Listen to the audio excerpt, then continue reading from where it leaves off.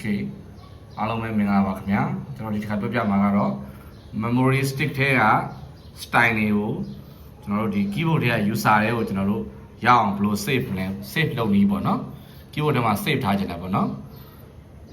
အခုလိုချင်တဲ့ဒီကိုမောင်နှမရဲ့အတွက်ကျွန်တော်ပြောပြတာဖြစ်ပါတယ် okay အဲ့တော့စလိုက်မယ်ကျွန်တော်တို့ memory stick ကိုထိုးလိုက်တယ်အရင်ဆုံးဒီလိုပုံစံမြင်နေရမှာပေါ့နော်မြင်နေရပြီးတော့ကျွန်တော်တို့ဒီ bevel chain ကကျွန်တော်တို့ဒီမှာ expansion user ဆိုတဲ့ခလို့လေးကျွန်တော်နှိပ်လိုက်မယ်နော် expansion user ဆိုတဲ့ခလို့လေးကိုနှိပ်လိုက်မယ်နှိပ်ပြီးရင်ကျွန်တော်တို့ထားပါတော့ browser expansion ကိုရောက်နေတယ် user ဖြစ်ရင်လည်းဖြစ်နေမှာပေါ့နော်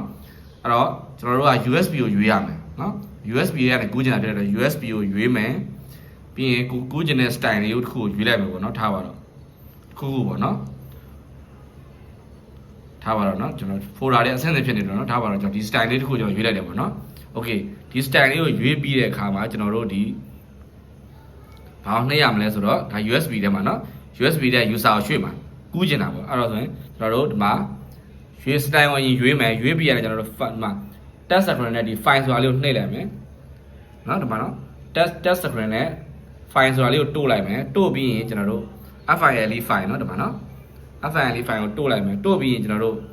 copy ကိုနှိပ်လိုက်မယ်ဒီမှာနော်မ copy နော် copy ကိုနှိပ်မယ်နှိပ်ပြီးရင်ကျွန်တော်တို့ဘာနှိပ်ရမလဲဒီအပေါ် down copy လို့တစ်ချက်နှိပ်ရမှာနော်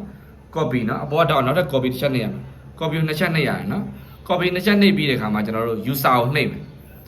user ကိုနှိပ်မယ်နော် user ကိုနှိပ်မယ်ပြီးရင်ကျွန်တော်တို့ကိုရောက်ချင်တဲ့နေရာပေါ့ folder ထဲမှာသိမ်းရင်လည်းသိမ်းမသိမ်းရင်အခုလိုအပြီးပေါ့နော်အပြင်မှာပဲသိမ်းရင်လည်းရတယ်အဲ့တော့အပြင်မှာပဲသိမ်းမယ်ဆိုရင်လည်းကျွန်တော်တို့သိမ်းလိုက်ပေါ့နော်အဲ့တော့အပြင်မှာသိမ်းမယ်ဆိုရင်ဒီမှာ copy here ကိုနှိပ်လိုက်မယ်။ Okay folder ထဲကိုရောက်စေချင် folder ထဲကိုဝင်ပြီး copy here ကိုနှိပ်မယ်နော်။အဲ့တော့ copy here ကိုတစ်ချက်တိုးလိုက်မယ်။ရောက်သွားပြီ။ဒါဆိုရင်ကျွန်တော်ဒီမှာ60 basic class ဘာညာပေါ့နော်။ကျွန်တော်ကူးတဲ့ style လေးရောက်သွားပါပြီခင်ဗျာ